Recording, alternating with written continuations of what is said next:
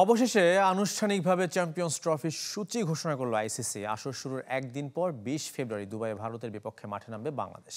২৩ ফেব্রুয়ারি Bharat Pakistan মহরণ। Hybrid মডেলের টুর্নামেন্টে দুবাইয়ে হবে টিম ইন্ডিয়ার সব ম্যাচ।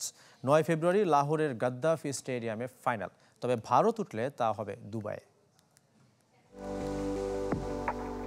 কত নাটক, কত অনিশ্চয়তার গল্প।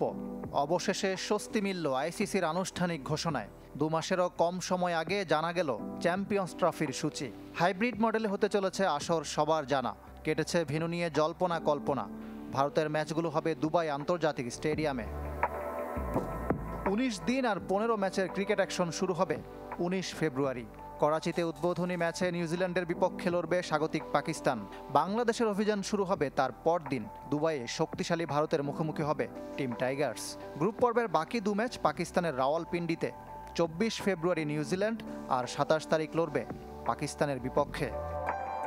দুবাইয়ে নিশ্চিতভাবেই হবে ৪ ম্যাচ।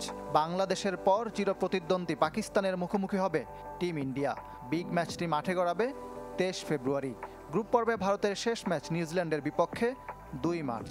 ভারত সেমিফাইনাল খেলবে ধরে নিয়ে ৪ মার্চ প্রথম সেমিও হবে দুবাইয়ে। না উঠলেও ভেন্যুর পরিবর্তন হবে না। টিম ইন্ডিয়া ফাইনালে উঠলে সেটিও হবে এই নিরপেক্ষ ভেন্যুতে। সেরা ৪-এ উঠলে ভারত প্রথম আর পাকিস্তান দ্বিতীয় সেমি খেলবে। দ্বিতীয়টা হবে লাহোরের গাদ্দাফি স্টেডিয়ামে। ৯ মার্চ শিরোপা নির্ধারণী হবে সেখানে, যদি না ভারত ফাইনালে উঠে। সেমিফাইনাল ও ফাইনালে থাকবে রিজার্ভ ডে। ২০১৭ সালের পর ফিরছে চ্যাম্পিয়ন্স ট্রফি। বর্তমান চ্যাম্পিয়ন পাকিস্তান ১৯৯৬ সালের পর কোনো বৈশ্বিক টুর্নামেন্ট আয়োজন করছে। মাঠে বসে খেলা দেখতে হলে আইসিসি ওয়েবসাইটে গিয়ে রেজিস্ট্রেশন করতে হবে ক্রিকেট প্রেমীদের। ইকরাম হুসাইন, চ্যানেল 24।